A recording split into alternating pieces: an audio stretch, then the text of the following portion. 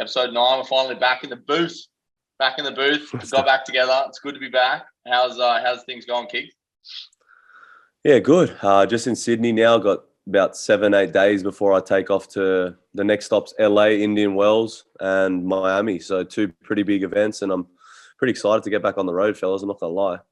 Yeah, you feel like almost after AO, it's been like a little bit of a break, like as such. Like you actually had like a little bit of like, 3 weeks? 3 weeks now? Yeah, even more. Usually I do, I guess take a week of partying after AO, but now it's just been completely different. I kind of just stayed in Sydney, obviously with Cos and just training, and I've just been getting back to good routines. Really, I've been probably the healthiest I've been in a while, mentally, that's for sure. But yeah, no, it's dope. Yeah, I've seen you guys grinding it out as well. When do you guys play? Yeah, I'm gonna play doubles next week. I think midweek, Tuesday or Wednesday. Wednesday start. So. Oh, that's all right. Yeah. Are you in Bendigo at the moment? No, we're in Hampton, mate. So Nolan's in Canberra holding it down, but unfortunately. Yeah, we need someone to be the anchor down in Barra right now. I don't know who we can kind of give those duties to. I think. Well, I reckon possible change of headquarters, but I reckon chat about that. I'm going to go there for a couple of days before I head off. But no one's in Canberra. We're leaving Canberra behind. I'm moving to Sydney as when I get back as well. I'm actually already looking for apartments and stuff. Yeah, like on lock, like happening. Yeah, it's like I don't know. Kind of exciting. I never thought I'd be a Sydney guy, but yeah, things have just. Things change with that though, no? Like I never thought I was going to be in Brisbane like last year, and like fuck, lo and behold, like it just like offering my soul up to Brisbane. But I always said I'd never go anywhere else in Melbourne, But fuck, being in Barra too. You guys like Sydney too. Sydney's good, man. It's not bad.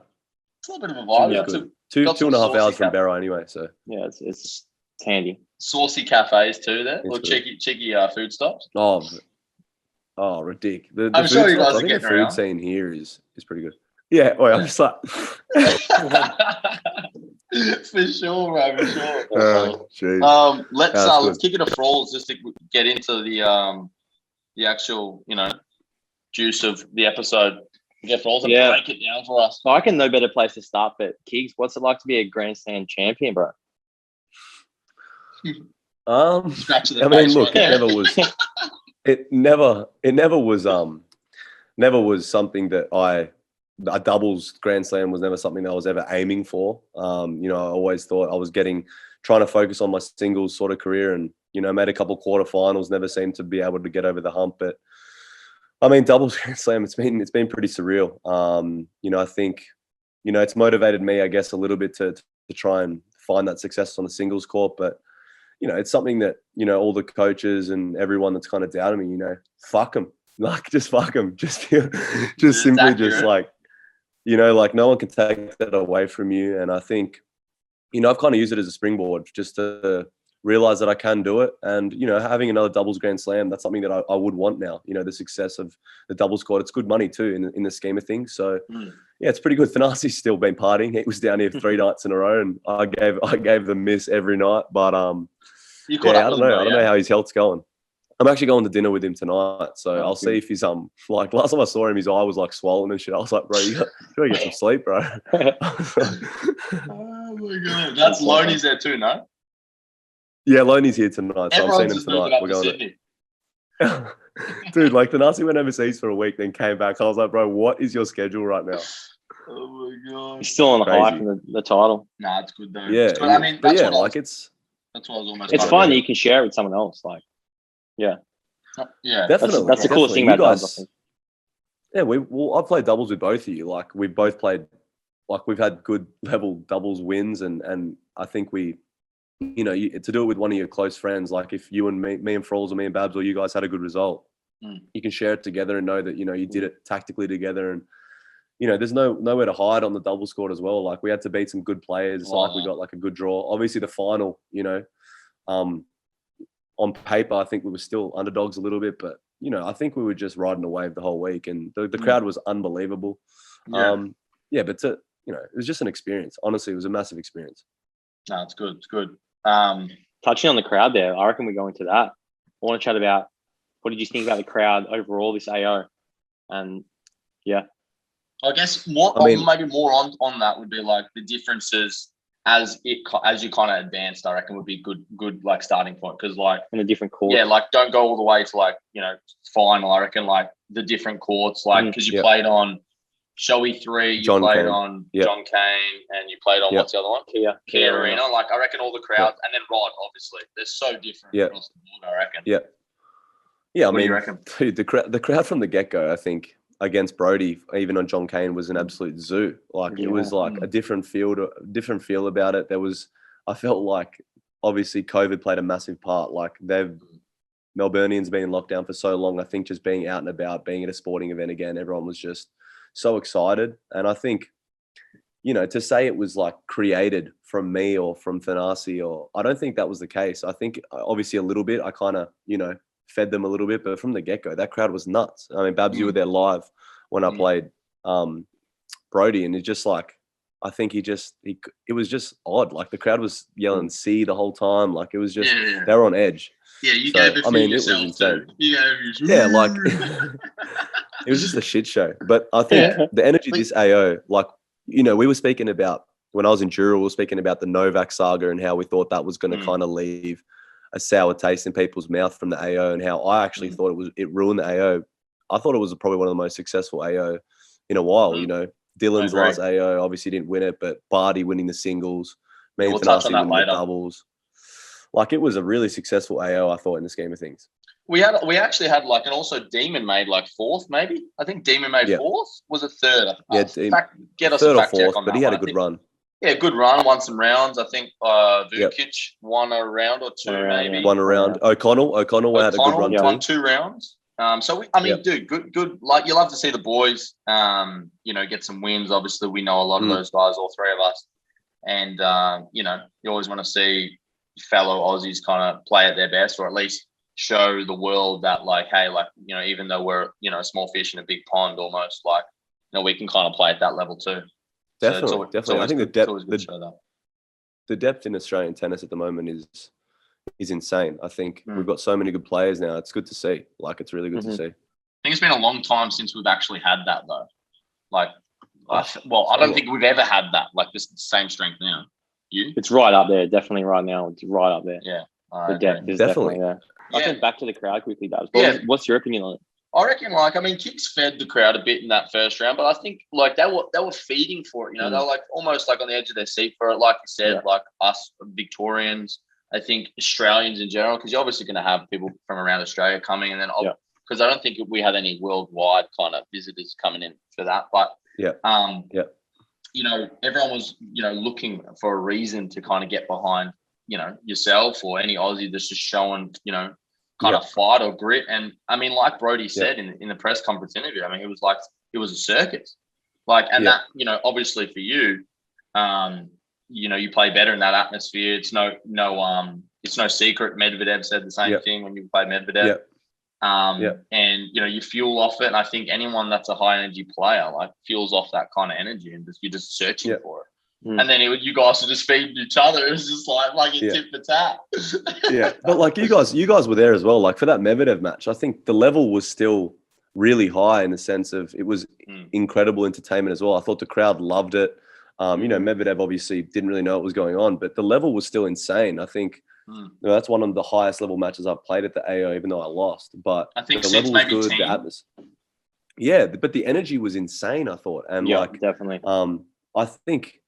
Like when I'm almost having punch-ups with fucking Croatian trainers and stuff after the doubles match. It's just like, what did you expect the match to be like? Like it's Kyrgios and Kokkinakis in Australia after everything we've been through. Like, do you know what I mean? Like, it's I think that's where tennis needs to go. Obviously, it's always going to have that line of sort of, you can't really cross, but you got to have a couple players that are willing to push the boundaries just a touch. I mean, I agree. It's not really a touch. Respectively, but showing a bit of, box office, I think is probably the best word for it, I think. And I didn't do anything. I don't think I did anything disrespectful to Medvedev at all, like towards him personally. No, like I was, applauding his good points or having some serious points out there. I was just trying to ride the wave and make it an experience for him. Definitely. I think one of my favorite moments was almost like the tongue shake It's like, oh, it's getting ridiculous out here. Like, yeah, that was the circus. That was the I circus. think like there were like maybe 4 back-to-back off the charts points. I was like, you can't get better. It gets better on Canberra Centre Court though. Yeah, well, hey, you know, if you ever lucky enough to witness some of those arguments, like, oh, that's Centre Court. Yeah, I mean, Frolls diced me up one time in the indoors. Just absolutely pleb me 7-1. I made 5 first serves. Yeah, I reckon we almost bring that up on my career for sure. Talk us through that. No, I would delete it. I don't want to see that fucking footage, bro. I got fucking snipped. That was hilarious. Yeah, man, we've got a lot of practices, you know, that we could all probably recall between the 3 of us. I think. Definitely. All around the world. Let's jump on to some of the finals. So huge for Ash Barty, massive for Australia. What were your thoughts on the match? Oh, I mean, we all know about Ash Barty. Like, I think once she decided that she really wanted to win some slams, obviously had that year off in cricket and just came back and decided, you know, I don't want to make peanuts. I want to, you know, go out here and start winning Grand Slams. Like, I think she's going to win, I think she can win 6 or 7 more Grand Slams easy, honestly, in my opinion. Yeah. How old is she? So she's talented. Young, man. She's like 25, right? I know. And it's like, but her talent level compared to any other, like, female player, I don't think is even comparable right now. Like, it's actually not comparable. No. Dude, how many games did she lose the entire tournament? I actually would probably go on like record to say maybe 13 for the whole tournament. Yeah, like 11 or 12 games. And I'm just like, it's people are like, they don't even know how to win games against her at the moment. So what I think Aussies just love her. I think she's insane. I think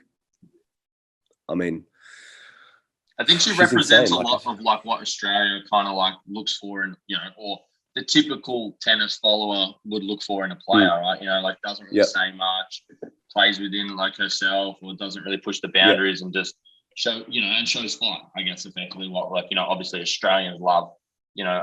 And exciting to watch, like got the slice, can volley, like, I mean, very so good to watch. Yeah, definitely. And that's what I was trying to say with like the media when they were trying to tell me, like, I was not trying to take away anything from her game or what she does for the game or the TV rights or anything like that. Like TV rating, sorry. Like all I said was in the media was, I think that me and Thanasi have created the kind of vibe where the TV ratings are up, but then they kind of turned it on me saying that I was taking away for Ash Barty. I was like, you guys are idiots. Like, I literally saw Ash after she won the Grand Slam before we actually walked out there, and her father came up to me and stuff. And this is what people don't know. Like, her dad came up to me and said, this is an amazing moment. And I was like, bro, this is super special. You guys should soak it up. And he's like, you guys have created an amazing atmosphere out there. And I'm like, I know, we all have. And I think she's really good for the game. And I think, as Frol said, the slice, she's entertaining to watch. She comes into the net. It's like old school. It's like Federer-esque on the female side, I think. Do you know what I mean? Definitely. I think that's probably the best way you could probably put it. Like, just when you watch her, kind of like it comes to her so naturally and like gracefully, and she looks a bit effortless. You know what I mean? She never looks really too stressed with like the situation she's in. Yeah. We've seen that since she was at Dendy Park when she was 12, like playing teams events in Queensland, like just chiseling out there on the dirt. Yeah. She's insane. She's ridiculous. Like, she's played the same way her whole life. Right? Yeah, I know. It's crazy. It's good to see. I think that's what I like when we all get together on the court, because I honestly I feel like we're all 12, just playing the same problems, just like running around the like beautiful looking for it. But like, do you think, how many slams do you reckon she'll win? Like, if you had to put a number on it, how many? 3 now? I think she's got 3, but how many more do you reckon she's gonna get? I reckon if she's 25, I think she's maybe 24. She's a little bit younger than all of us. I reckon if she's 24, she could probably get 10 slams easily. Yeah, I think she's gonna get 6 or 7 more. Like, I think definitely. Double digits are well within our reach for sure, I would think. Here's something to be controversial though. Clip it. All right. So like, now this is good because I asked this question to I don't know who I asked it to before she won the Grand Slam and she started coming off, and I said, how many of her team members do you reckon you could replace and she'd still win the slam? I said all of them. And you said you could replace all of them? Bro, I was like, I'd coach her. She'd win a fucking slam. I think, definitely with her and with her game in women's tour, I think, she'd probably be able to do a lot still, just based off her own ability. Like, bro, she lost 13 games. Like I could have rocked up from like a nice swim, just like with like a beer in my hand, like rocking up to her matches. But to be fair though, like obviously, like she had some mental struggles going back, so that's why she quit in the first place. And I think shows like great respect to her and her team. Like they were there with her through her lowest moments, and that's so cool that she's still got them there now.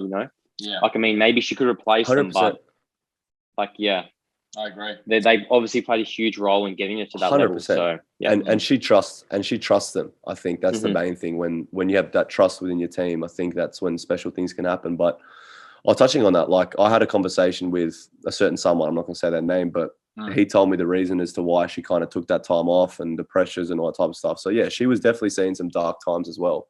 But I'm just glad that it's a serious thing, like the expectations. And I guess that's why most athletes actually tend to not want to go down the path of pursuing it and turning it into a job, because the pressures these days are just so high. Like, and it becomes, it's never been higher with social media and all that type of stuff. Like, I mean, we've touched on it on previous episodes, but we've touched on that. Like how reachable we all are. Yeah. And like athletes just don't want to do it. And she didn't want to do it. She didn't want to play. And then she just looked like there's, I think some of the realization of how much money and, the success she could have getting it, I think her just like, for instance, people like, Kiggs, why don't you take a time off and, get your head right? And I don't think that's the case. It's like my game is not as like her game compared to the rest of the tours, like not comparable. Do you know what I mean? Like, that's what I mean. She lost 13 games. So, no, I agree. I agree. What do you reckon, moving on a little bit from that, like obviously Barty, men's final, I mean, absolute slugfest. Frall's and I sat there, watched it together. Mate. Frall said straight sets, Medvedev, and I thought it was going to be. I said, nah. Like, Rafa, as much as I didn't want Rafa to win in the end, I was like, this is going 5. And I called it, even when he was looking like he was about to get broken to the third. I was like, 3-2, love 40. Bro, thoughts? We'll all touch on this, but we'll give it to you first. Well, I like before the match, I got asked, obviously, who do you think's going to win, all this type of stuff. And I said, matchup wise, I think it's a horrible matchup for Rafa. Like horrible. Like I said, the court's not playing the way Rafa's wants it to play to win. Like, I just thought he wasn't getting enough. Yeah, he wasn't going to get enough 3 points on his serve. Medvedev was just going to make him play too much. Medvedev can still serve through the court. But when he won the first set and then he won the second, I was like, it's going to be very tough for Rafa to come back. And then I actually saw 3-2 love 40, and I turned it, like I just stopped live scoring a little bit. And then I turned it on like 2.5 hours later. I'm just like, no, like my initial thoughts were, no fucking way this guy has somehow clawed. I was like, there's just no chance. I refreshed. I was like, it's got to be fucked, like wrong. Yeah. And then he ended up winning, and I was like, I've never doubted Rafa much in his career, but I think like the GOAT conversation now, like if he wins French, I mean, like I think he's unquestionably the GOAT if he wins French. You'd swing that far. Here we go.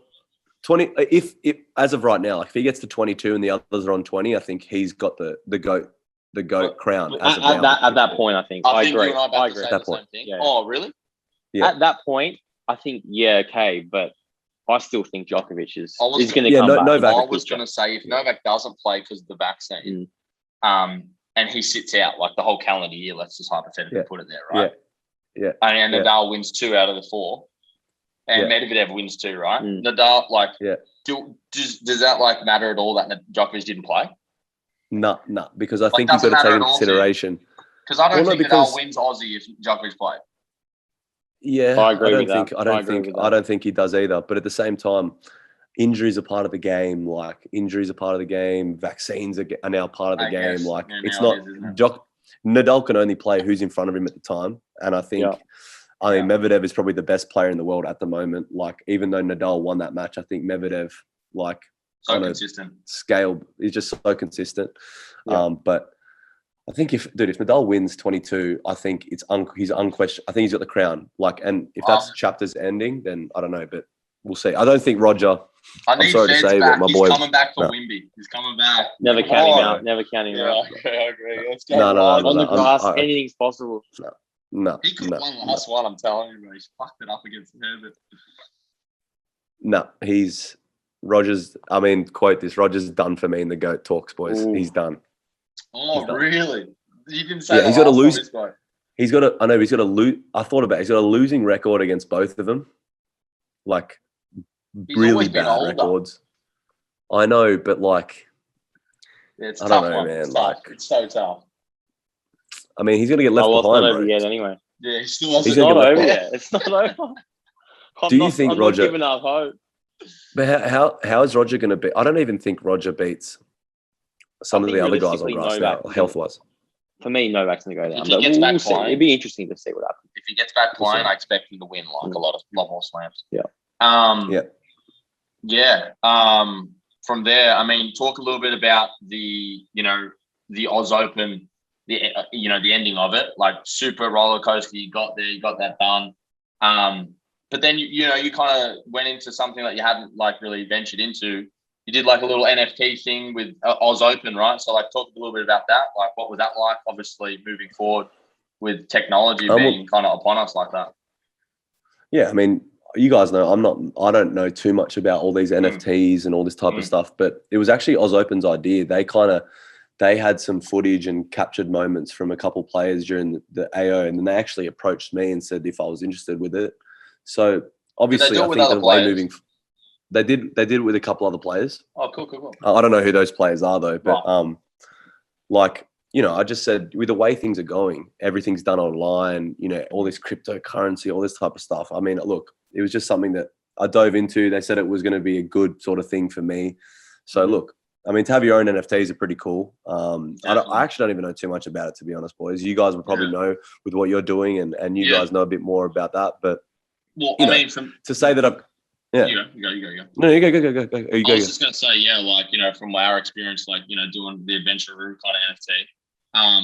I think like moving forward though with NFTs though, like the main feature with it is like people just think that when something new comes on the block, I think like collectively as a society we kind of just like shrug it off and say like it's not going to be around. But I think like Gary Vee says a heap, like that happened when the creation of the internet happened, So it's like whenever new something comes and is created, that we just all like shoot it down.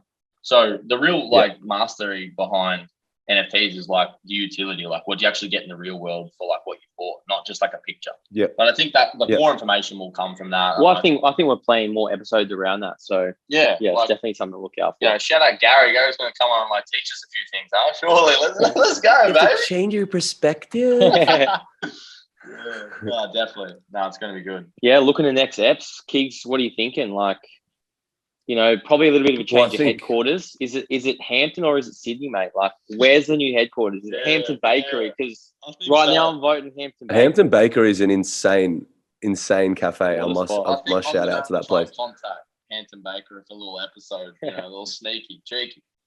Over in Look, I don't know, guys. I mean, you guys know my situation at the moment. Someone's kind of taken over my life at the moment, but in a good way. So I don't know. You guys will have to be planning a couple trips down to Sydney as well. But when I'm abroad, this setup's awesome. I'm happy to travel with my laptop or Coz's laptop, my mic, and my headphones. And just catch you guys around the world, and we can speak to. Hopefully, we can have different guests on. I think that's a vision that we all have. We want to get athletes and anyone that can give their 2 cents and their experiences, and hopefully can help some other people listening to our podcast. Yeah, it's just good to be back and just back chatting, and because I feel like we're 3 relatable guys that are on 3 different kind of journeys with a lot of different experiences, but at the same time we're just chatting the shit, and like we're just fucking gangsters, bro. I'm done. Speak for yourself, I'm just like blickies, bro. Blickies. Blickies, what's that? I need to ask the boys. We get Bawali on here to ask him that one. I saw Bawali today. How's he shooting them though, real talk?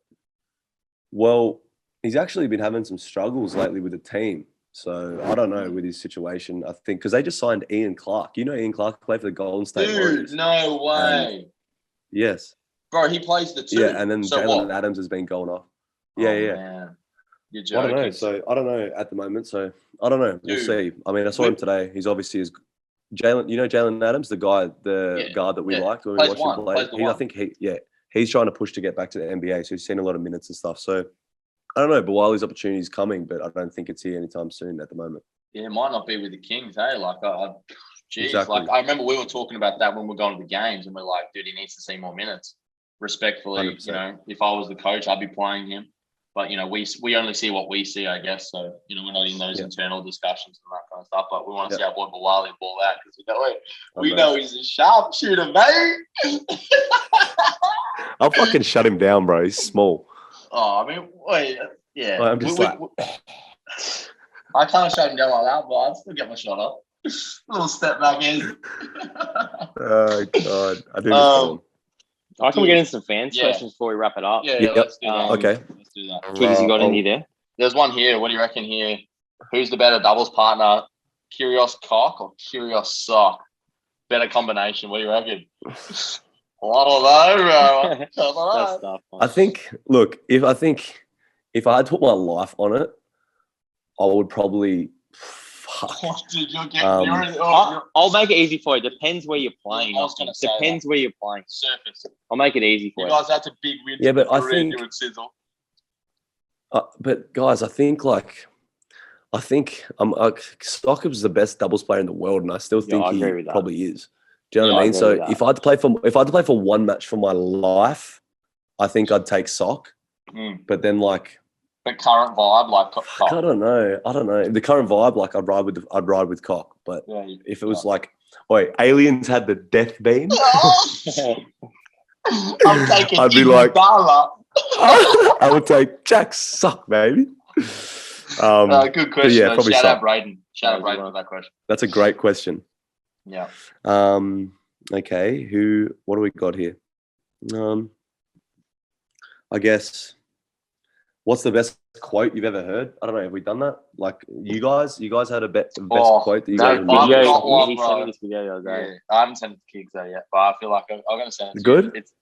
Oh, no, I did show you ages ago. Remember the Isaiah Thomas one? He was yeah.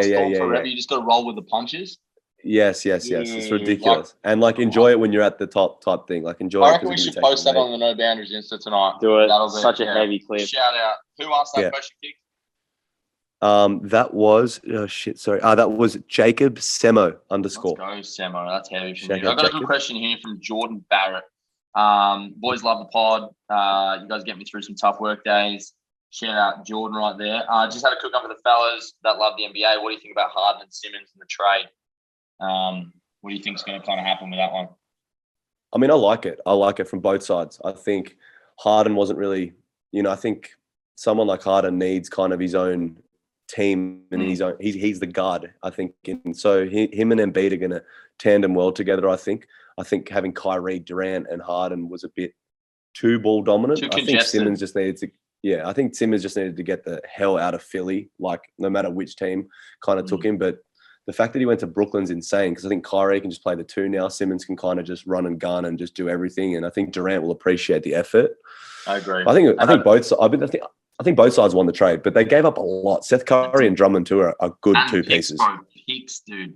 And then also, I think one good notable note on it is Harden's never played with that dominant before. He played with Dwight, but Dwight's been not really the same for the last 10 years, kind of 8 years. So Serge Ibaka though in Joel Embiid. I know. Oh, I gotta fuck with Serge. Cheeky elbow jumper. Cheeky, very. I got. You like my opinion on that one? Yeah, I think so. We didn't even go straight. It was a really good one. What is it? Bro. No clue. No, you just kind of walked out of the camera. No. What are your guys' thoughts on Medvedev's run at the Oz Open and him possibly being new world number one since what?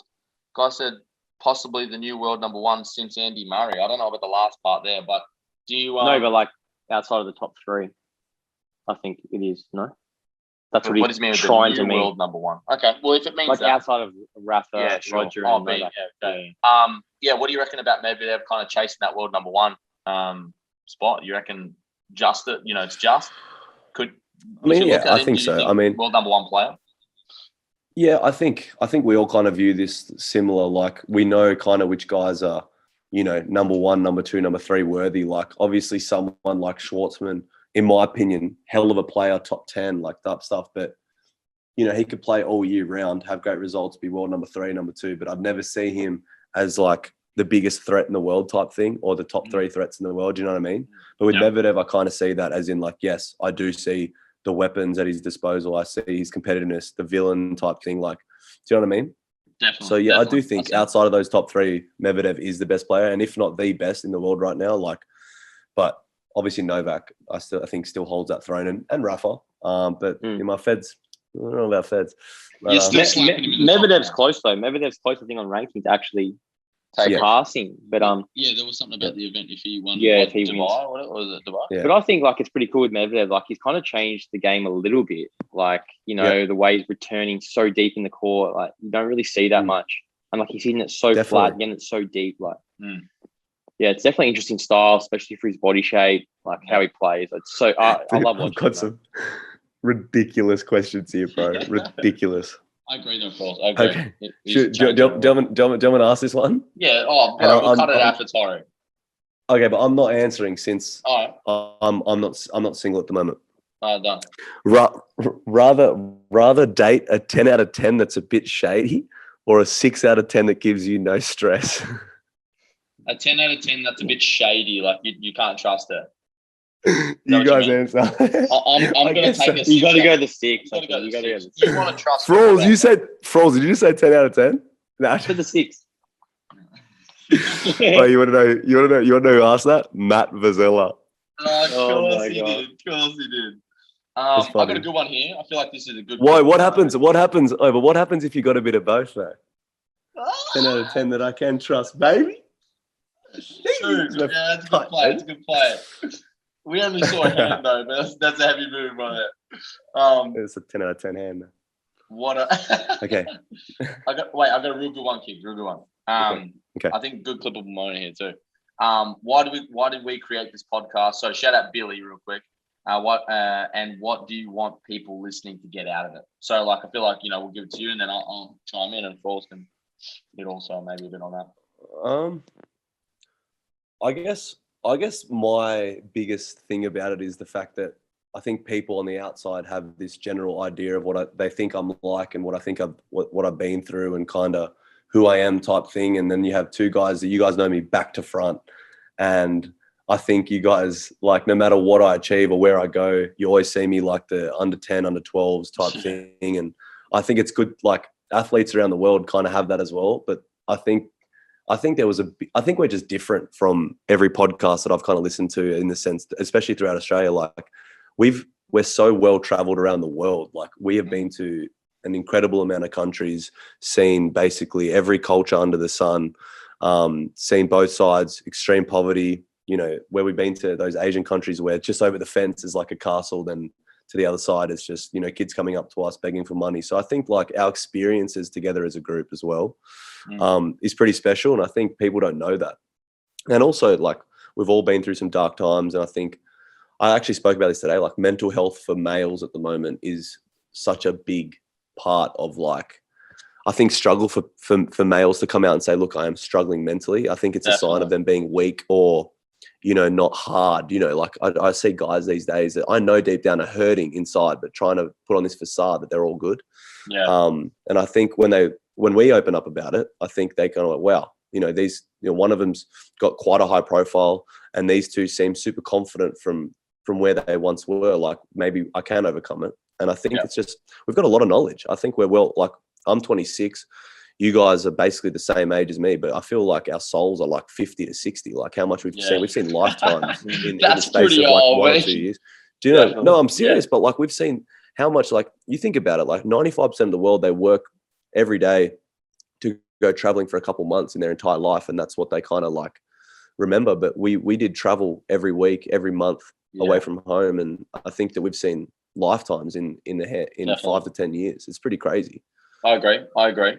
Definitely. For me, I think, to answer Billy's kind of question, I think you touched on a little bit, to kind of bring in the ability to kind of showcase that everyone kind of goes through a lot of like ups and downs. So like, you kind of touched on that and then, giving them the platform that we create to be like, all right, like kind of search out like how other people kind of like deal with their mental demons or, I want to be a good tennis player, but like I struggle with the mental side. And we've got, 3 different mental views, obviously, with how we live life, but also as athletes. you know, and I just offer like some form of support or, you know, help or knowledge-based platform, I guess, is what I hope to kind of achieve with the pod, and why I was always so like, man, I always want to get into a podcast because I feel like I already talk about these things. We already talk about these things together, you know what I mean? Yeah. So much. Yeah, I agree with that. Definitely. I think and definitely that's our friendship. Like we have a lot of interesting chats, and I think it's cool. As Kig said, we're relatable guys. So yeah, this is a good one here. I feel like this is pretty mad one. Obviously, with the All-Star game kind of just going past, and then Kobe being honoured and whatnot. You know, you and I absolutely love Kobe. You know, what impact did Kobe Bryant have on you as a player, also just as a person? What could you kind of give just quickly on that one? That one was specifically from Ruben towards you, Nick. I think, you know, as a human and as an athlete that has a lot going on, I think I took Kobe at times for granted. You know, it was obviously very unfortunate what happened. You couldn't even make that stuff up. Even if you tried, to someone pass away from a helicopter accident like that is just, you know, it's just something that just sounds so not real at all. So I guess I wish I had taken what he was about and the way he acted and the way he trained and his obsession and just the way he always tried to be better, as not only as an athlete, but as a person, as a father. Like, and I watched his teammates like Shaq and these guys speak about him. And then that's not until then I really realized what he kind of, you know, always had a little bit of an idea, but then you really take notice of how special he was as an athlete, and his interest towards other sports, like came to the US Open with a sheet of paper of who he wanted to watch. Like you could tell that this guy was passionate. And I think as an athlete, when I go on court, and obviously I've got the tattoo on my arm of him because basketball is basically our life, Babs. Well, at one stage it was everything. Yeah. I guess for that moment in time, you just try and emulate what he was like on the court, like that mentality to just be great. And, you know, I could never, ever as an athlete be anywhere near what he's achieved or anything like that. But I feel like for that moment, exactly. But if we're wearing his jersey or looking down, like you can try and emulate that spirit or that fight for that moment in time. Because, you know, when I played Rafa that day, when I had the jersey on, that's what I was thinking about. I was trying to channel that energy and how would he go about it. And I lost, but I left it absolutely all out there. And I think his energy will live on forever. I think, in my opinion, he's one of the athletes that won't ever be forgotten. For sure. I don't think you really could have said that much better, to be honest. I don't think either of us could really added much more onto that. Good question though. Heavy question. Very good question. We definitely miss Kobe a heap. But I feel like that's a heap of fan questions, honestly. It's good to kind of get an episode back in the bank. Unbelievable that. Yeah, it was a good one. Feels good to, you know, I don't know, something about getting like, you know, like just looking at you, like hold the mic a little bit, and then me and Paul's doing these. Like, it's a little different. Yeah, it's good. It's a fucking vibe, bro. I'm just like, no, but definitely good to be linking up on the episodes again. Apologies to everyone. We've just all been doing our own thing, you know, across the board, kind of, you know, getting our schedule back to normal. And, you know, obviously we'll just keep these episodes flying out. And as usual, I mean, if you guys haven't hit the 5-star for the best podcast in the world, I mean, you guys know what to do. If you haven't subbed on YouTube, get on the subs. And then you obviously follow us on the gram, all that kind of good stuff. Socials will be out there, and we'll keep pumping out the apps. What do you reckon, boys? Done. Let's do it. Let's do it. Easy. Let's do it. All right, guys.